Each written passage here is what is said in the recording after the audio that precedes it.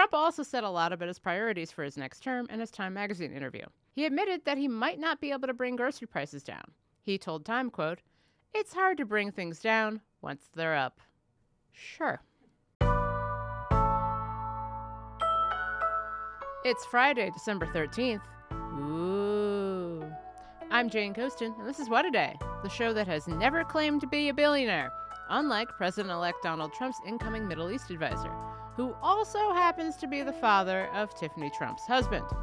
It turns out that the company that's been most frequently associated with him, Boulos Enterprises, isn't his. Whomst among us hasn't gotten a job because we kind of implied we were super rich and also our kid married the president's daughter. It happens. On today's show, the White House addresses the drone sightings in the New Jersey night sky, and Biden begs your pardon. Let's get into it. After the murder of UnitedHealthcare CEO Brian Thompson last week, there was a massive reaction online. And the reaction was, from many people, both on the right and the left, one of, well, support for the alleged shooter. While most people made it clear that murder is bad, because it is, there were tons of comments, tweets, posts, and Instagram captions describing how many people sympathized with someone who, in their view, stood up to the injustice of the American healthcare system the only way he could. And the takes continued after the arrest of the alleged murder suspect, Luigi Mangione. As one commenter put it on a video from the right-wing outlet Daily Wire about the shooting, quote, "Everyone is angry at these insurance companies." Another commenter wrote, "If you've never lost someone or been plunged into debt because of them, you can't possibly understand." That sentiment was mirrored by Democratic Representative Alexandria Ocasio-Cortez. She told a CBS News reporter Thursday that, while she condemned violence, she believed that the ways that some healthcare companies behave towards patients can be acts of violence too.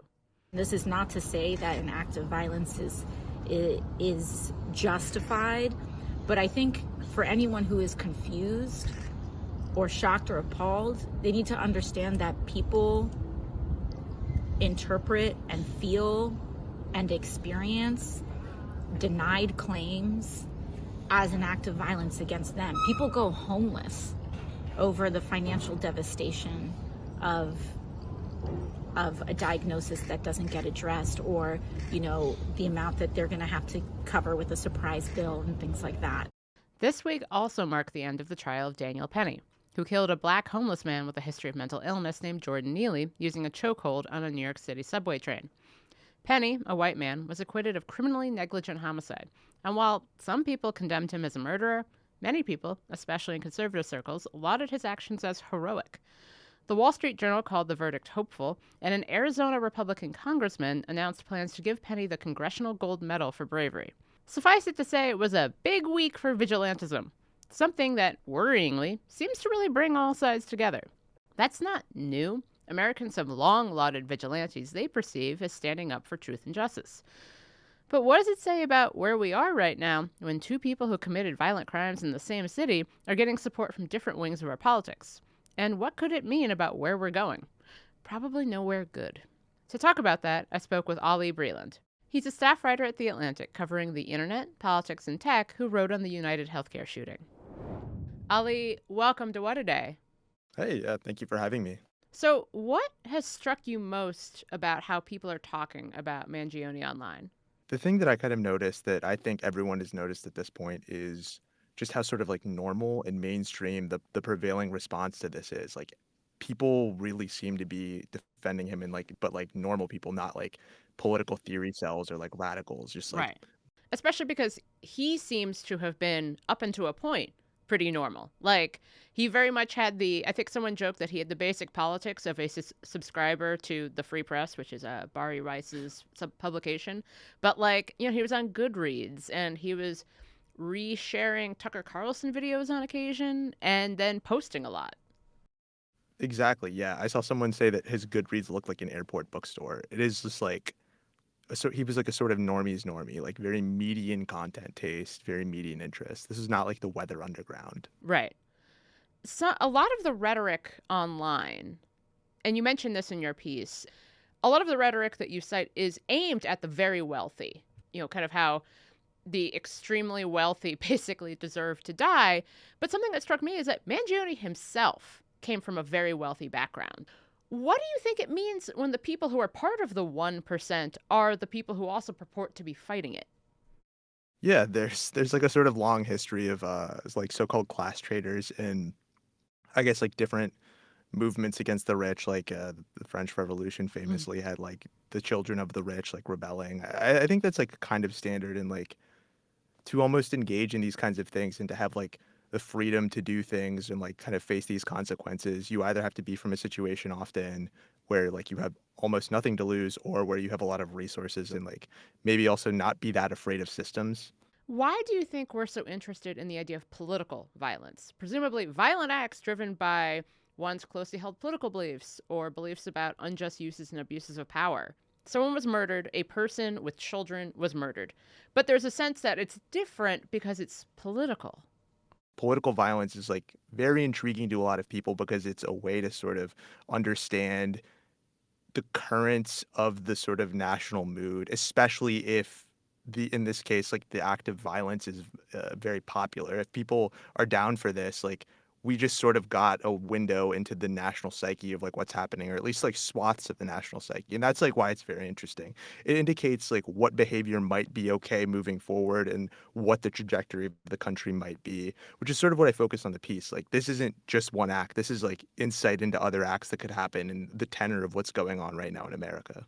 In your piece, you liken the actions of Mangione to those of the years of lead in Italy or even the 1970s in America, which is something I don't think people know enough about. That, according to Time magazine, in a single 18-month period between 1971 and 1972, the FBI counted 2,500 bombings on American soil, nearly 5 a day. Like, political violence was very common. What was happening then, and what resulted from all of that violence?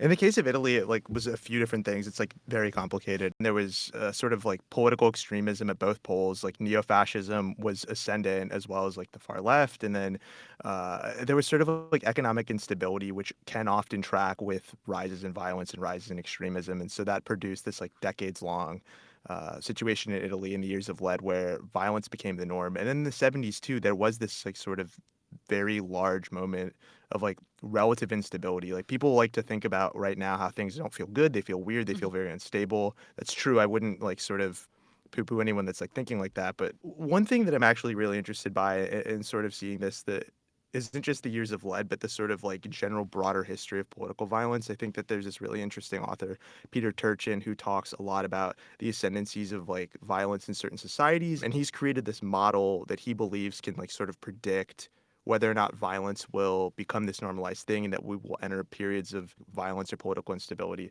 And so what Turchin found in cases like the years of lead, but and then also other instances was that they were the product of sort of elite overproduction and that there was like too many aspirants, sort of elite aspirants going into these like Ivy League colleges or whatever the equivalent was at different points in time, trying to like enter institutions in society. And he found that like when there was more aspirants than jobs available, this ended up producing moments of political violence. If you have like a sort of disgruntled population up and down, like you will get these moments, and that does track with the years of lead. And like he argues that right now we're entering a period where there will be more violence, and that in the 2020s, this kind of thing is being normalized. And so that was kind of how I was looking at Mhm. Luigi Mangione's sort of instance, in that like this isn't an aberration, like this is potentially the new normal.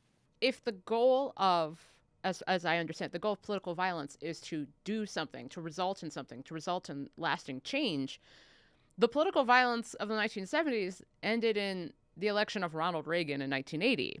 The political violence in Italy in the 1960s, 70s, and 80s eventually resulted in a more stable government, maybe. So, what are your thoughts on that? Because it seems as if political violence is futile.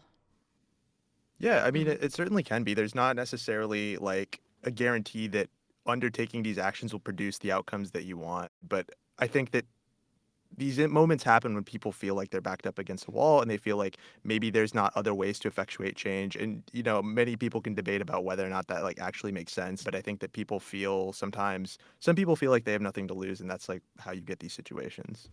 I wanted to ask you because Americans have long had a fascination with vigilantism, whether it's Eric Rudolph, the Olympic Park bomber who also bombed a lesbian bar and an abortion clinic and got a lot of support in some areas of where he was trying to flee from the FBI, Or more recently, Kyle Rittenhouse, or the Unabomber, whose manifesto Mangione read and reviewed on Goodreads. Why do you think Americans have a specific interest in vigilantes? Yeah, I mean, I think that it kind of goes into like the sort of like cowboy manifest destiny ethos that like undergirds like large parts of the country. Like there's always been this like valorization of the sort of like individual man or now woman who takes things into their own hands. And I think that like people kind of like revere people having power and like acting in these sort of ways where like they have agency and they've taken back what is sometimes perceived as like a loss of agency or being crushed by larger institutions that you have no power in. And that's like really intoxicating for people, and that's how like violence can become very attractive. It feels more expedient. It feels easier than just like waiting in line to vote for this candidate who maybe is going to listen to you, but maybe also, is like getting donations from some larger corporation. But yeah, to your point about like the 70s, that doesn't mean it necessarily ends in the way that people want it to. It just certainly like results in a lot of instability and sort of danger along the way. I thought it was interesting that this week we also saw the acquittal of Daniel Penny, who killed Jordan Neely in a chokehold on the New York City subway. It was a moment in which some people referred to him as being a vigilante, and someone who, he's been, I think, called a hero in some circles, but others see him as a murderer. It seems like each political side in America, or however you see that, has a vigilante of their own. Yeah, there's certainly like a lot of symmetry. I think that the difference I would say between Penny and Luigi Mangione is that um, Mangione certainly like I guess he's like a little bit more of a hero to the left, but it was like very interesting the degree to which that like there was almost this near bipartisan consensus and appreciation of him. People like Ben Shapiro and Matt Walsh, certainly conservatives, spoke out against him, but even their fans like flooded the comments to say like actually like I kind of think that what this guy did was pretty tight. Whereas like I don't think anyone on the left really feels that way about Penny. Right. But yeah, I would be hesitant to compare them too much. Like Mm-hmm. it does feel coincidental in that Penny was not like he didn't have a premeditated plan Right. for his action. He was Right. just caught up in a situation. But yeah, Ali, thank you so much for being here. This has been really helpful. thank you for having me. I really appreciate it. That was my conversation with Ali Breland. He's a staff writer at The Atlantic covering the internet, politics, and tech. We'll get to more of the news in a moment, but if you like the show, make sure to subscribe, leave a 5-star review on Apple Podcasts, and share with your friends. More to come after some ads. What Today is brought to you by ZBiotics Pre-Alcohol. ZBiotics Pre-Alcohol Probiotic, your first drink of the night for a better tomorrow. When you drink, alcohol gets converted into a toxic byproduct in the gut. It's this byproduct, not dehydration, that's to blame for your rough next day. Pre-alcohol produces an enzyme to break this byproduct down. We just had our annual holiday party, and I'm not going to get into the details, but let me just say, this stuff works. Go to zbiotics.com/WAD to learn more and get 15% off your first order when you use code WAD at checkout. ZBiotics is backed with a 100% money-back guarantee. Remember to head to zbiotics.com/WAD and use the code WAD at checkout for 15% off. What Today is brought to you by Aura Frames. Isn't it funny how the people we love the most are often the hardest to shop for? Luckily, there's one gift that everyone on your list is sure to enjoy, an Aura digital picture frame. Wirecutter called it the best digital photo frame. I live far away from my family and don't get to see them very often. That's why Aura Frames is perfect, so I can share all of these photos that I have taken throughout the year and do it in real time. Save on the perfect gift by visiting auraframes.com to get $35 off Aura's best-selling Carver Mat frames by using promo code WAD at checkout. That's auraframes.com, promo code WAD. Terms and conditions apply. And now the news. Headlines. Donald Trump was showered with flattery on Thursday. He got to ring the opening bell at the New York Stock Exchange, and he was named Time Magazine's Person of the Year for the second time. Speaking before he rang the bell and standing in front of a huge picture of his Time Magazine cover, because of course he was, Trump talked about, among other things, nuclear weapons? I hated to do it. Actually, I hated to do it. But we did some nuclear weapons that are so devastating and almost makes you very sad as you get them and as they come online. It makes you very sad because you know what the purpose of them is, and you just hope to God that you never have to use them. Because if you do, the world will never be the same. So we have to be very, very smart. We have to be very sharp. We have to be very special. 4 years of this. 4 years. Trump also said a lot about his priorities for his next term in his Time Magazine interview. He admitted that he might not be able to bring grocery prices down. He told Time, quote, "It's hard to bring things down once they're up." Sure. Trump said the debate over which bathroom trans people can use is less important than other issues. He said, quote, "We're talking about a very small number of people, and we're talking about it, and it gets massive coverage, and it's not a lot of people." This is where we remind you that Trump's campaign spent tens of millions of dollars on anti-trans ads ahead of the election. Massive coverage indeed. Trump also said his administration could get rid of some vaccination requirements for kids, and brought up long-debunked claims linking vaccines to autism. He said, quote, "We're going to have a big discussion." I am hoping that "we're going to have a big discussion" is joining "we're going to be looking at that very strongly" in the pantheon of things Trump says that mean nothing is ever going to happen. President Joe Biden made history on Thursday when he commuted the prison sentences of nearly 1,500 people and pardoned 39, a one-day record for a U.S. president. Pardons and commutations are not the same thing. Pardons are an expression of the president's forgiveness of a federal crime and can end a person's sentence and reinstate their rights. A commutation changes someone's sentence. Biden put out a statement saying that those who were granted clemency were convicted of nonviolent crimes, most of them low-level drug offenses. White House Press Secretary Karine Jean-Pierre spoke to reporters on Thursday about the historic act. Today's actions build on the president's record of criminal justice reform to help reunite families, strengthen communities, and reintegrate individuals back into society. It's customary for outgoing presidents to grant clemency before leaving the White House. Biden said he will continue reviewing clemency petitions in the coming weeks. Biden and his lawyers are reportedly considering granting preemptive pardons to officials Trump has deemed his enemies to shield them from prosecution after the transfer of power. Louisville Mayor Craig Greenberg announced an agreement with the Department of Justice Thursday to reform the city's police force. The consent decree comes after an investigation last year into the 2020 police killing of Breonna Taylor. It found the department discriminated against black residents. Taylor's mother, Tamika Palmer, told reporters she's not sure Louisville will comply with the terms of the new agreement. I haven't been very confident. I mean, I'm on the other side of this thing. My daughter lost her life to get here, so I'm not very confident. I'm here for it, though. Taylor was killed when police executed a no-knock warrant and entered her apartment in 2020. Taylor's boyfriend shot at police. He said he believed that they were intruders. Police returned fire, killing Taylor. In the wake of her death, Louisville banned no-knock warrants. As part of the agreement, Louisville committed to overhaul training and will implement de-escalation policies. A federal officer will monitor the progress made by the city. The consent decree must be approved by a judge. For weeks now, hundreds of drone sightings over New Jersey have left residents and authorities baffled.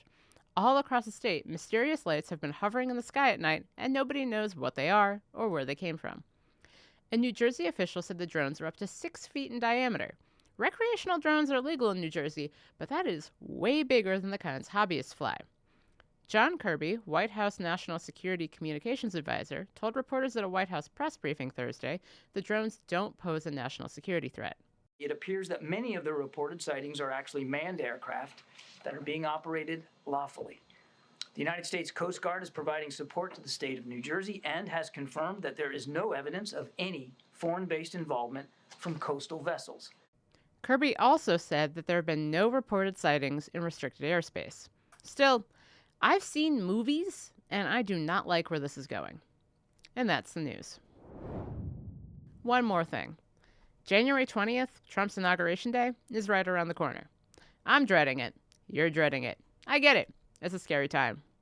But something that gives me hope is how the last Trump presidency energized and mobilized people to resist. Because it turns out millions of people didn't vote for this. And all across the country, people came together to take care of each other and fight for each other. And a lot of those battles happened in the courtroom. During Trump's first term, the state of California sued him over 120 times. That's an average of just about once every 12 days. And a lot of those lawsuits were successful. California defended their clean air rules, kept DACA on the books, and protected the Affordable Care Act. But Project 2025 is terrifying, and there's a chance that this time Trump will be more organized and ready to push back against these legal battles. He's even threatened California specifically.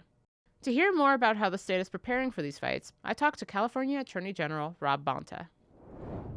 Attorney General Bonta, welcome to What a Day. Thank you for having me. Grateful to be here. So what does a second Trump presidency mean for California? What is it specifically that you're worried about? We want to ensure that in California, progress prevails, that we continue to have things that we fought for over many decades, like environmental protections, common sense gun safety laws, robust reproductive freedom, and protection and support and valuing of our immigrants. And based on Trump 1.0 and based on what he said he will do, those in his inner circle said he will do, and what Project 2025 says he will do, there will be tension between the things he wants to do and the progress that we're making. And we are absolutely committed to staying on our same path of progress. Can you tell me how you're preparing to fight back against the Trump administration and protect Californians? We have been preparing for months, in some cases years. And so we have briefs on nearly every issue that has been signaled and telegraphed by the Trump administration, where we just need to dot the I's, cross the T's, press print, and file it to seek an injunction based on the legal arguments that we have already put together in assessing some of his actions. So our job is to hold him accountable if and when he breaks the law, and make sure that we have a president who is law-abiding and follows the law. You would think that it wouldn't be too much to ask, and yet here we are now. So how do you anticipate Trump pushing back against what you're thinking about doing? I know he's made a ton of threats about California specifically. What can and what can't he do? I think he'll try to withhold funding from California, like emergency and disaster relief funding.